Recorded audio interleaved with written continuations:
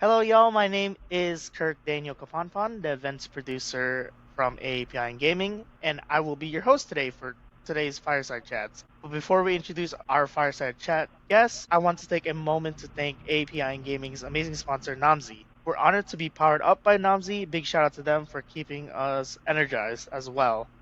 And yeah, now I have the awesome pleasure to be able to interview Emily Huang, an associate systems designer at Gearbox. We're gonna go into more a deep dive into more of Emily's journey through the gaming industry, where she will talk to us more about breaking into the industry, some cool portfolio tips and tricks, her experience as an Asian woman within the gaming industry, and so much more. Here, I'm gonna hand off the more of the virtual mic to Emily to introduce herself a bit more. Hi guys, my name is Emily. I am a game designer from Hong Kong. I'm currently working as an associate system designer at Gearbox, currently working on Borderlands 4.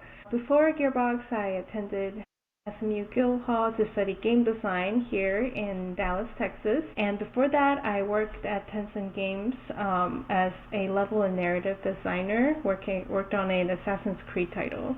I'm so happy to be here. Thank you, Kirk. Of course, it's our pleasure to be able to host amazing voices within our community. Now I kind of want to get more into your background. Everyone has their own story when joining the gaming industry, but what made you want to work in it? Was it the atmosphere, the people, or do you have any funny background story that you want to tell us?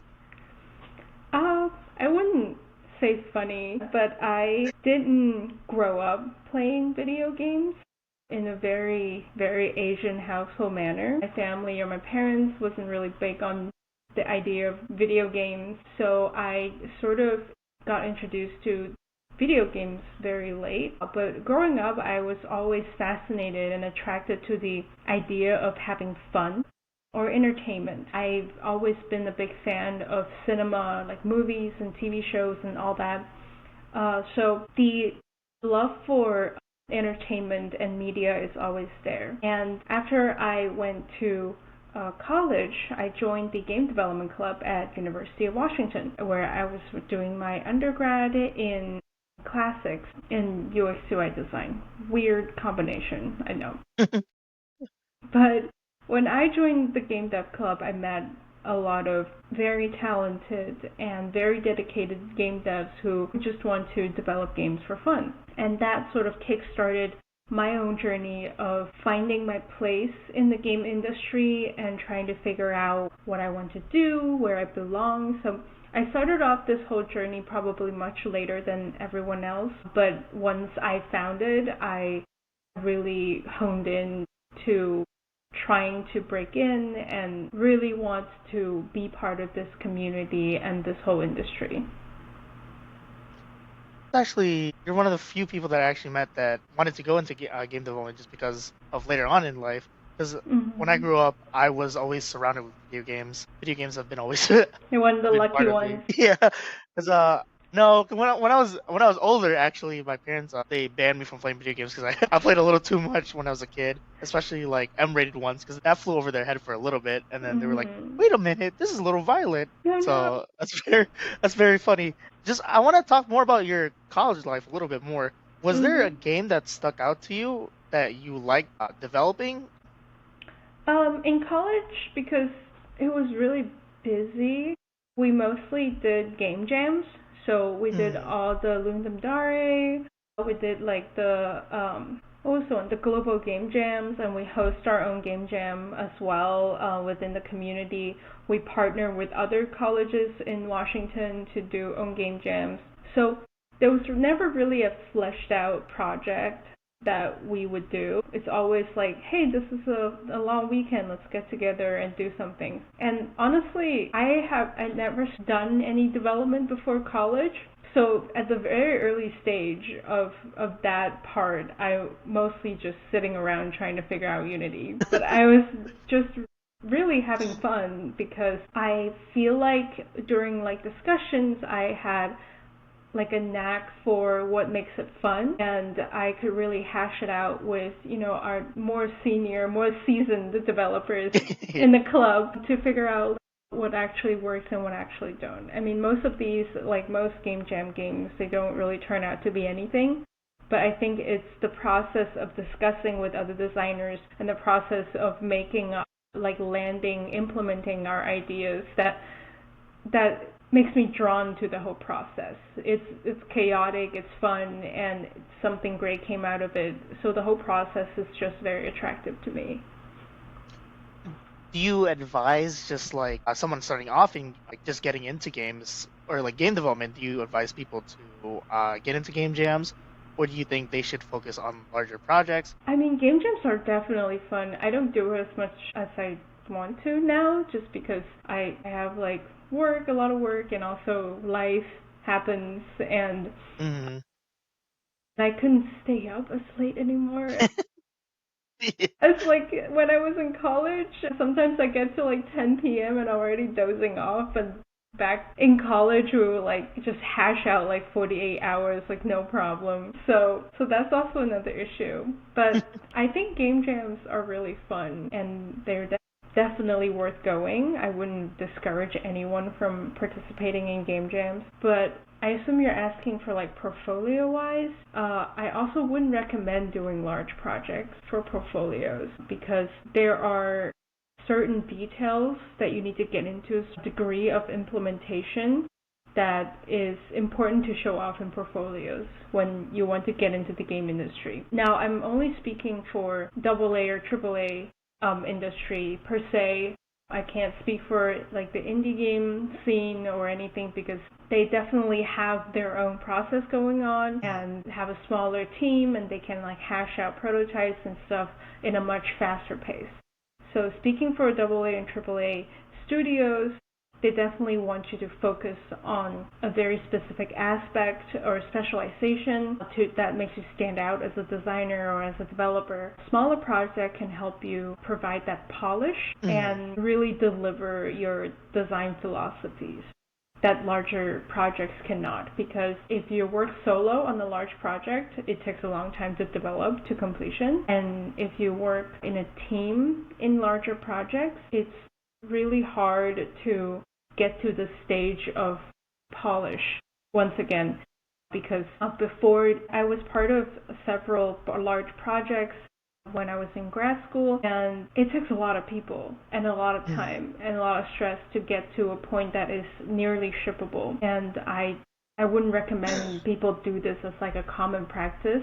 Maybe you can have one or two as like your flagship project, but what shows off your skill the most would be that smaller projects that you do that really shows off your specialization. That's awesome. That's awesome advice. Because to me, it's just like a lot of times people or developers, they tend to hone in to just one project at a time. And that can really burn them out over time as well too. Absolutely. I think that's one of the, as a developer myself, like when it comes to like these big projects, I get overwhelmed sometimes too.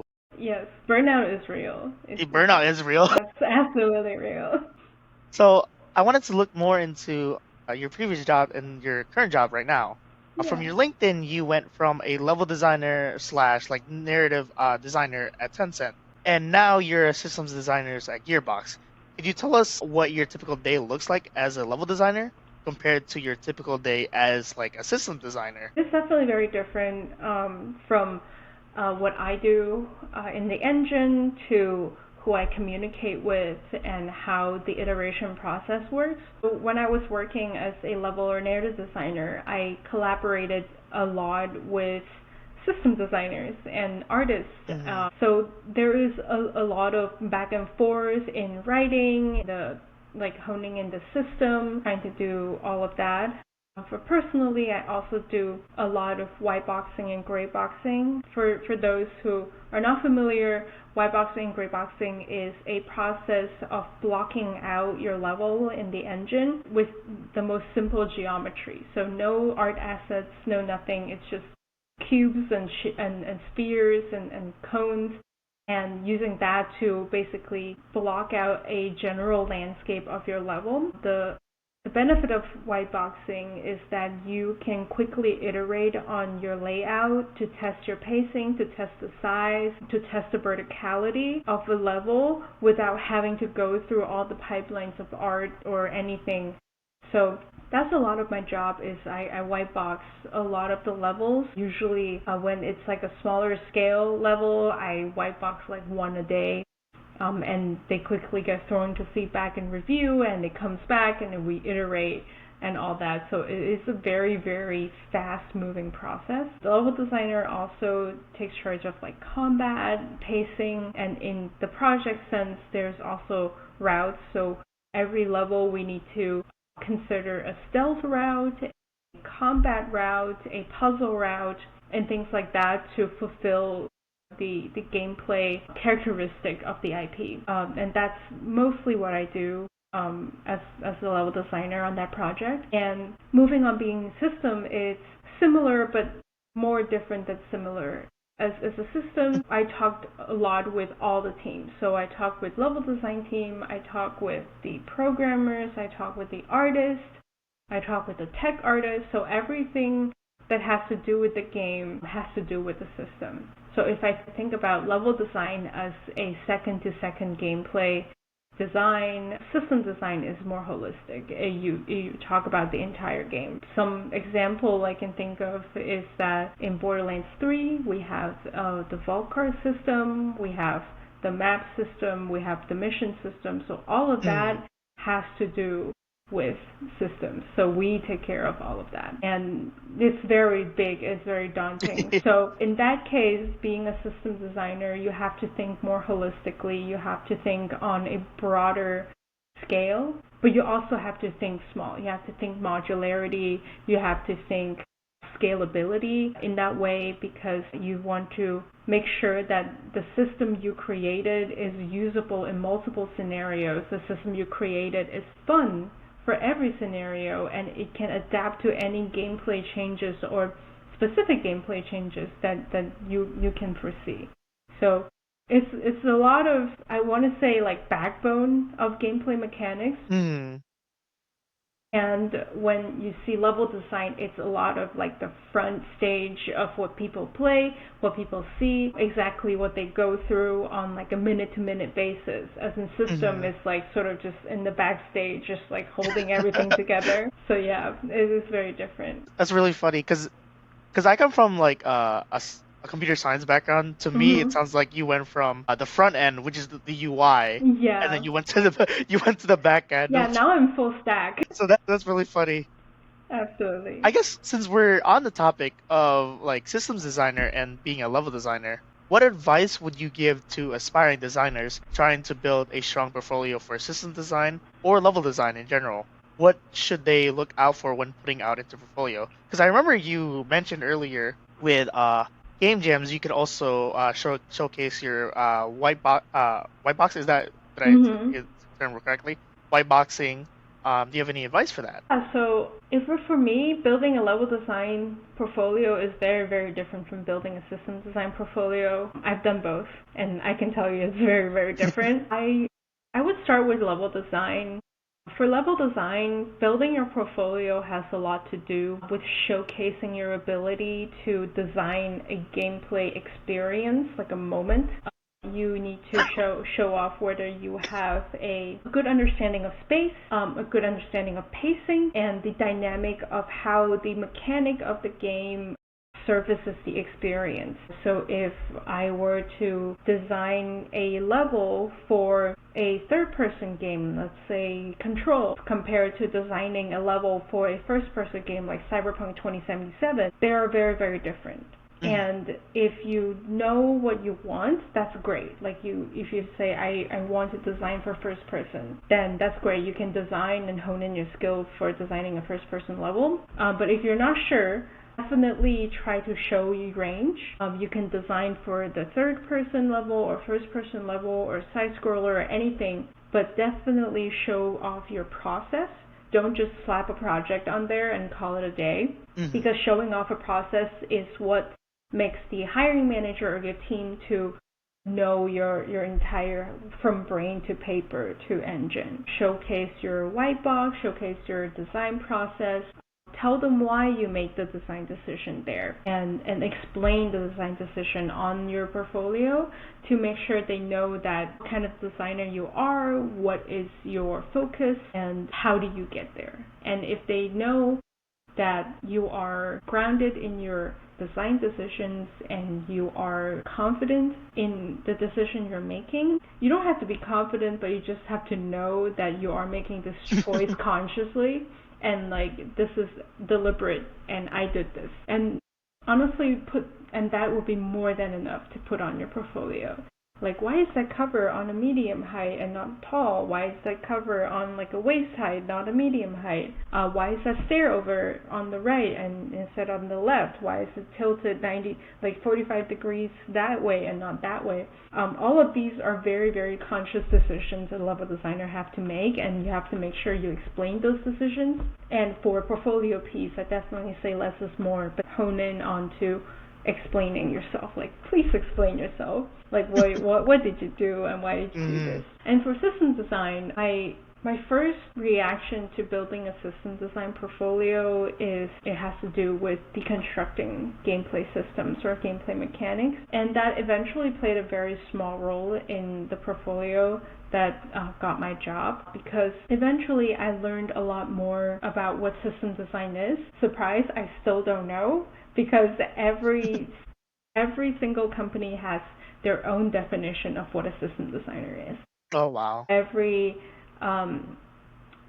company, every studio, every team has a different allegation into what that role means. So, for example, for a system designer in one studio could take charge of, AI system or NPC system or crowd system, but for other studios, system designer can focus just on gameplay mechanics and nothing else, and everything else would be for another team. So it is a little tricky to build a portfolio just for system design, but there are things that you can show off on your portfolio to make sure they know that you know what you're doing.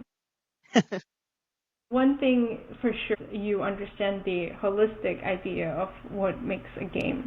So in terms of game progression, like leveling and stuff, you would know how this works and how do you build a mechanic. So if you go in Unreal or Unity, you have a fresh mechanic idea, you build it out and you make it scalable and modular and something that can be modified. So something simple like I want to make like a fireball like casting ability.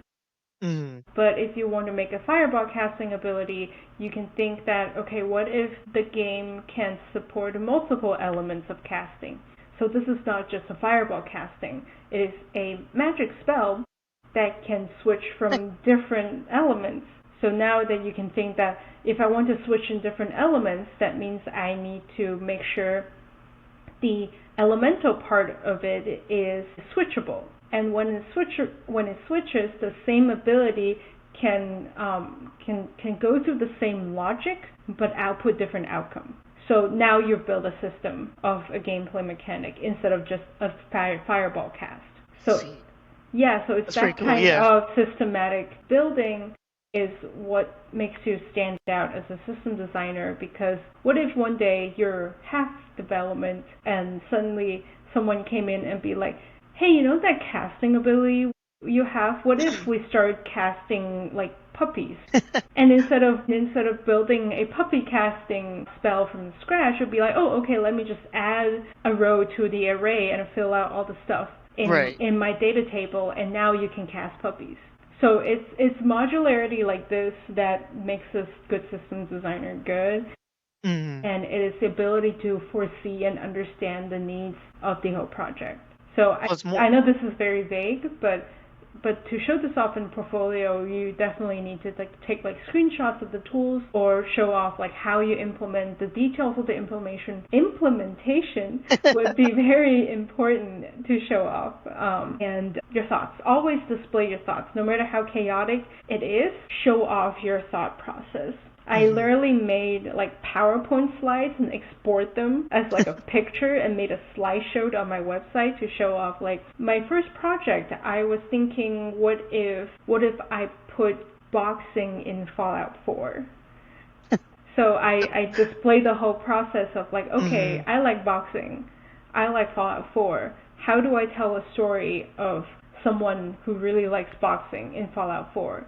And now I have a project that is about like a gang forcing someone to box in this remote area in Fallout 4 in Commonwealth, that if you win boxing, you control the whole city, but if you lose, you got taken over, and things like that. So it's these like design process like that that makes uh, make you feel seen, like the hiring manager can see you without you being in the room. See, that's pretty cool because the more you were explaining it, the more I thought about just like it starts off like kind of like you get something here, the main thing that you wanted to build here, but I was like, oh, what if I can build here? What if it extends here, and then it just continues extending off, kind of like a tree graph. Yeah, Sorry, yeah, I yeah. thought more Sort of of like a tree. yeah, it kind of sounded like a tree or like the roots of a tree. Yeah, I think it's a lot like roots of the tree. I also want to think of it like a table. Mm-hmm. Think of it like a class, like A speaking cla- programming term. Like you build a barebone class of it, and then now you can build anything from that class. That's a pretty good Yeah, terminology. If comp sci people are watching, right. was there a specific reason why you went from just level design to system design? So I love level design. I think it's my first love, and I think I will always like it. But as I was working as a level designer and narrative designer, I started to realize that I don't want to do it as a job. Mm-hmm. I want to do it like as a hobby. I love creating levels, I love creating gameplay experiences, but I think it's not something that I can do as a job. And on the other side, like like I love systematic or modularity. I am a very planned person. I love planning. I love structure. I love things that I can see and I can like manipulate in a way, like a table, anything like data related. Like I just love the idea of building structure and building like a module like over and over. And ever since I found out about system design and learned about system design, the more I realized that I can how to describe it, like I can have so much joy in doing it as a job. You have And more freedom to create things as well. yeah, exactly. And I love creating structures in games, and I love creating tools for people. And so far, I have been correct. I love doing my job like every day. I'm very happy. And I still love system design. So it's it's just the process of realizing what you love to do and what you love to do as your job. And I'm very thankful I'm lucky enough to be able to make this transition in the industry. So, yeah. That's awesome. That's awesome. So now I want to transition into a segment I like to call Hot Take Logs, which is very new, where I'm going to Ooh, throw some virtual woods into fire, and I'm going to ask you some rapid fire questions. man, let's see if You I ready? react fast enough. Okay, so the first question is, what is your favorite video game? Oh, easy. Hollow Knight. I have like All Night? 400 hours on it. Are you excited? Are you excited for the new one that's coming out? If it ever comes out, yeah. I heard it got teased on the Xbox Ally, the portable. I think as a longtime fan, we don't get teased by those things anymore. I will not rest until we get a date. That's so funny. Okay, next question. Which Borderlands title is your favorite to play, and how many hours do you have on it? Off the This top of is your head. actually going to be a hot take because I have so many more hours in Borderlands 3 than any other Borderlands. As a game designer, I love Borderlands 3. It is a mechanically, gameplay wise, very sound and very creative game. But as a player, I love Borderlands 2. You know what? I actually agree because, funny enough, I started off Borderlands 3, Mhm. and I went back to play 2. The story on 2 was great, and then Mhm. Borderlands 3, but the gunplay in Borderlands 3 was so good. It's so Uh, good. it's so good. I remember. Oh my goodness, it was so good growing up. Yeah, Speaking just Borderlands world, what weapons manufacturer do you enjoy using the most? Tedier, Jacobs. yeah. Okay, Jacobs are here's another. great. What video game mechanic is your favorite? Ooh, off the top of my head, I have to give it to the hacking in Cyberpunk 2077. It has a lot of potential, and I really hope they do more with it. Here's another question. Do you like Claptrap? Yes, but when he's not talking. I have a Claptrap popcorn bucket on my desk. He's very cute, but he does need to talk a little less. When you're working, do you enjoy coffee or tea or soda? Coffee. Coffee. Coffee, easily. Yeah. I'm a serial coffee drinker.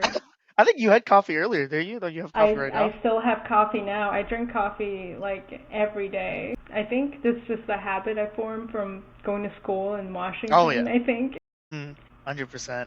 What's one thing you're passionate about in your career? Like tangible wise or like an abstract wise? Why not both? If you can. Okay. I'm passionate about the project we're gonna ship. Yeah, I'm very passionate about it. I like it. And abstract wise, I'm passionate about impact in the Impact. games we make, and not just like meaning impact, but impact as an entertainment, like people having the most fun doing it. I care if people are having fun playing the stuff we made. That's awesome. That's awesome. And then, what's one unique lore do you want to share with your audience? Just anything funny or yeah. I have a personal lore about me and Gearbox, I guess. This is really fun. Before I joined Gearbox, before I even think about the idea of joining Gearbox, so that is even like a remote possibility, I am a big fan of, you might have heard this name before, I'm a big fan of Anthony Birch. He's the writer on Borderlands 2, and he's the writer for Borderlands 2. Sorry, Anthony. And he runs a Dungeons and Dragons podcast called Dungeons and Daddies. And I absolutely love that podcast. I started listening in 2019. It got me through COVID, and I'm still listening to it today. And it was such like an absolute crazy thought back then to think that, wait, I actually have the possibility to work with him, like as a coworker. So the first day I started at Gearbox, I literally messaged him. I was so shy, but I was like, I have to message him and be like, yo, I'm such a big fan. I don't want to make this weird because we're technically coworkers now, but man, I'm such a big fan. And he was like so sweet about it too. And like, oh, I'm going to be a fan forever. And if we ever be in a meeting together, I promise I won't be weird about it. That's so funny. So yeah, that's sort of a thing. That sounds very funny. Yeah. And finally, here's the very last question. Finally, what's one word to describe your design style and why? Ooh, I want to say chaotic. I like to draw inspiration from everywhere. Like from my personal interests, from the movies I've seen lately, or movies and TV shows, from maybe something I just saw at Costco last weekend or something like that. I like to draw inspiration from around me, around the stories I've heard and things I've seen. So it often become very chaotic in a way, but I do enjoy the process of controlling the chaos and honing it into structure, as I mentioned before. So that was really fun. That's a good design philosophy. It makes sense too with you working at Gearbox as well. Yeah, no, it's perfect. It's perfect. Yeah, it's Because I realize that I'm not the only one, and I just look around me, I just see people who work the same way as I do. I'm like, oh my god, this is where I belong. That's awesome. So now, since that was the last question, I kind of want to talk more into more. It's kind of funny. We went from a very fun topic now, kind of more of a serious topic, because I want to talk more about your background and ask a little bit more personal questions about your identity as an Asian woman in video games. As an Asian woman, have you encountered any unique challenges entering or progressing in the video game industry, and how have you navigated these? As much as I want to say no, the answer is yes. There are definitely experiences I had on my journey to the game industry that I I wish no one else would like encounter. Although it is nothing violent, but it definitely sort of stands out and makes it uncomfortable. And I was not the only one that would have experienced this. I've shared the experiences with a lot of my friends and colleagues, and they're like, yeah, you know what, actually, I felt that too. I don't want to go into specifics, but I do really appreciate this industry for offering a lot of support, a community like AAPI in gaming, to really build out a community that facilitates support or just to share experiences on platforms like these. So I also do want to point out that it's not just a game industry issue. I think it happens in every single industry, especially in tech as well. By making yourself known or like putting yourself out there to gain the opportunity you want in any industry, definitely will encounter some hurdles along the way. I wish it's not the way like this, but it has to be. It is something that to me is sort of like a rite of passage already, but I hope that this eventually goes away. And I think everyone's experience is unique. Going into the industry, I still believe firmly that the game industry is a great industry to join. Everyone is friendly, they're fun, they are so talented, they are able to turn chaos into creativity and creativity into entertainment and fun. But there are definitely challenges, and that is why communities like this and platforms like this is becoming more and more important. Yeah, and just to add on to that, community, we want to make sure every single voice is heard. Absolutely.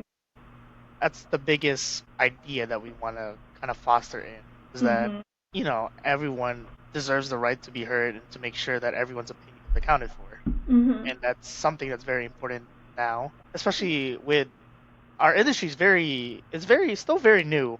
Yeah. No, I wish we were able to come together, not divide ourselves into different things, because everyone's really friendly. So that's something I've really enjoyed. As Absolutely. I love it. everyone's really like, hey, you need help? I can mentor you on that too. Absolutely. Yes. But yeah, so correct me if I'm wrong, since you've been in games for around like 4 to 5 years now, Yeah.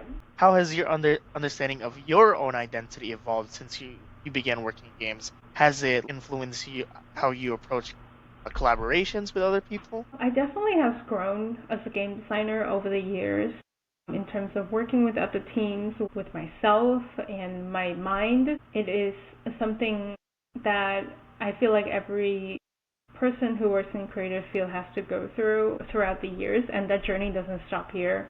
I think this is a long way to go, working through your own creativity. As for cultural and personal, or gender-wise, I don't particularly think about it when I'm working.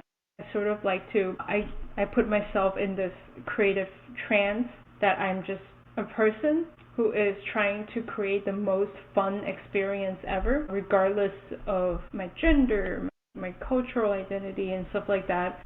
I definitely draw inspiration from culture that's closest to me, but I would try to not let that define me when I'm working through these creative processes. So I think in a way I have developed this method that works best for me, and for every project that I work through in undergrad and in grad, I start to develop this own process that I can siphon creativity and inspiration from a lot of different places. So I don't try to let myself stop me from being creative. So, and that's an ongoing process. That is a process that I still hold true to. It is chaotic, but it works well. Is there something currently right now that you take a lot of inspiration from? I think lately I've been watching a lot more sci-fi materials, reading, watching, listening. Been very, very. I think that have you seen Severance? I actually haven't. Severance is great. I think it's a great show. great piece of media and a great piece of entertainment. It is so wonderful. I think I draw a lot of inspiration from cinema lately just because that's what I've been doing, just, watching TV and watching movies. Yeah, I've been indulging more movies instead of TV Yeah, lately. Yeah. movies are great too. I think I watch a lot of older sci-fi movies. I revisited Donnie Darko lately, and it's so incredible. Books. I've been reading a lot of Isaac Asimov for sci-fi books, and things like these are kind of triggers my imagination.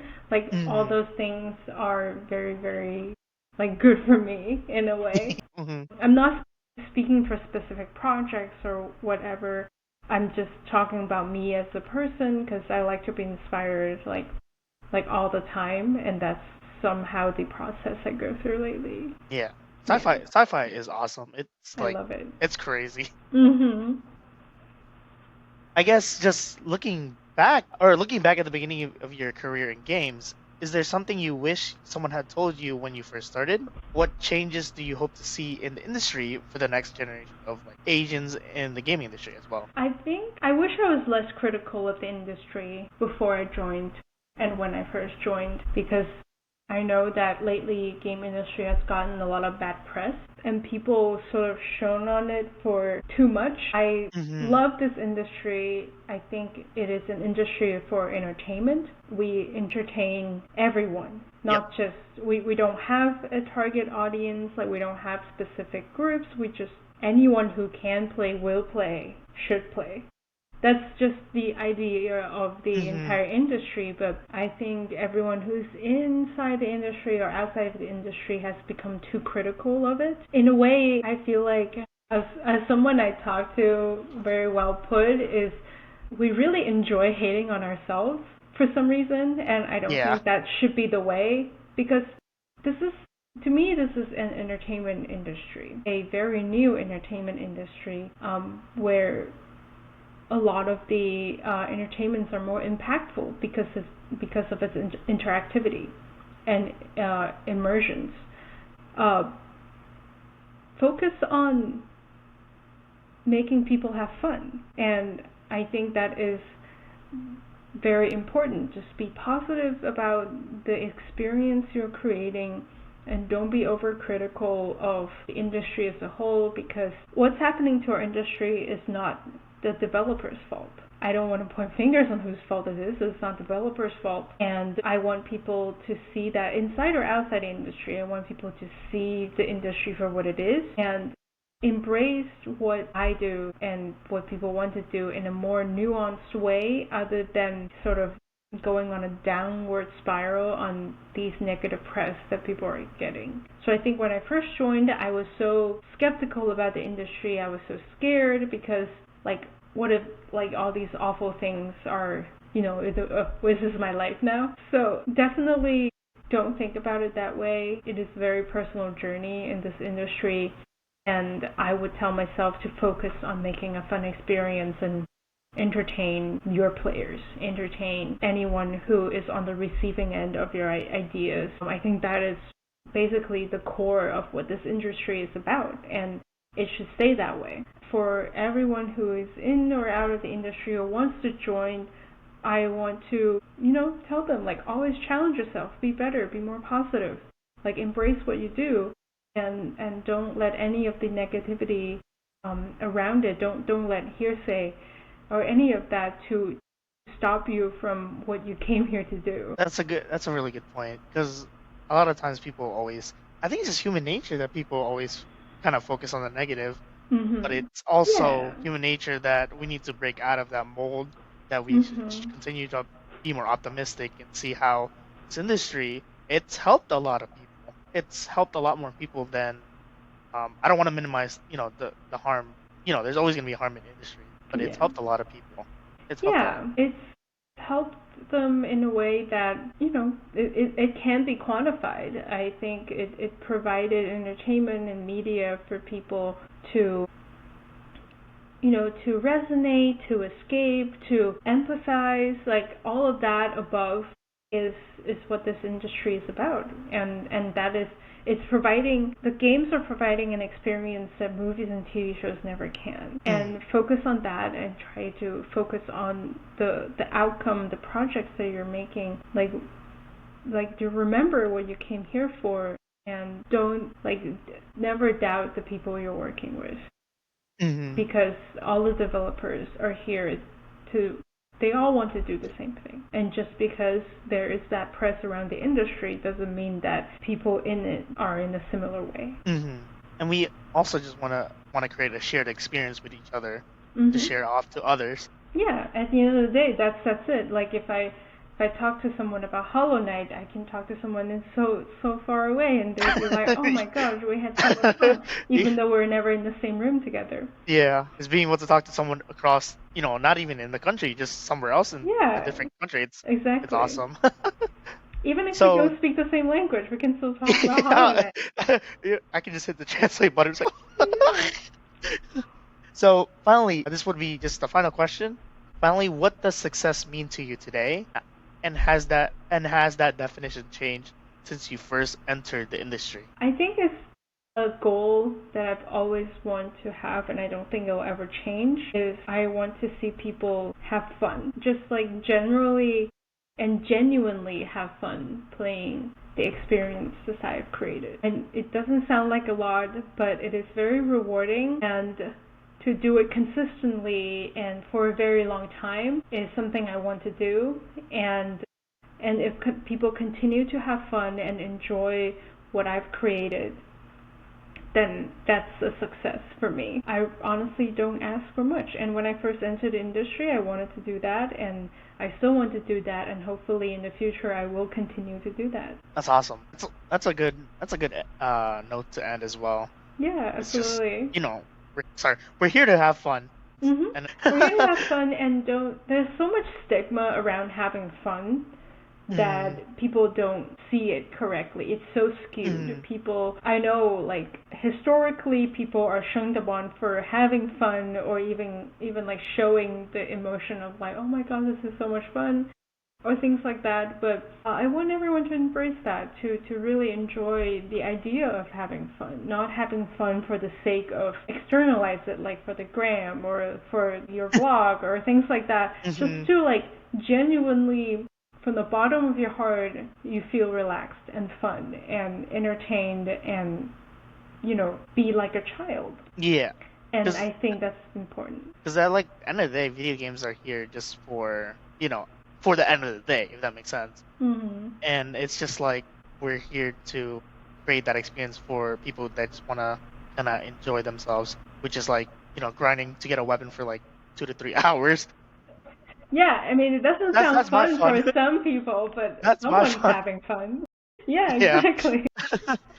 So that concludes our Fireside Chat with Emily today. So thank you so much for sharing your insight, experience, and advice with us today. Thank you so much. Of course. It's been such an inspiring and thoughtful conversation. And thank you to everyone who's watching at home.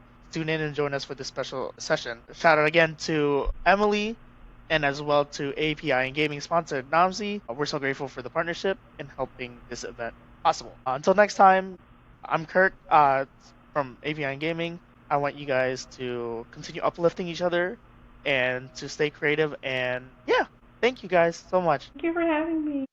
Thank you guys. Thank you.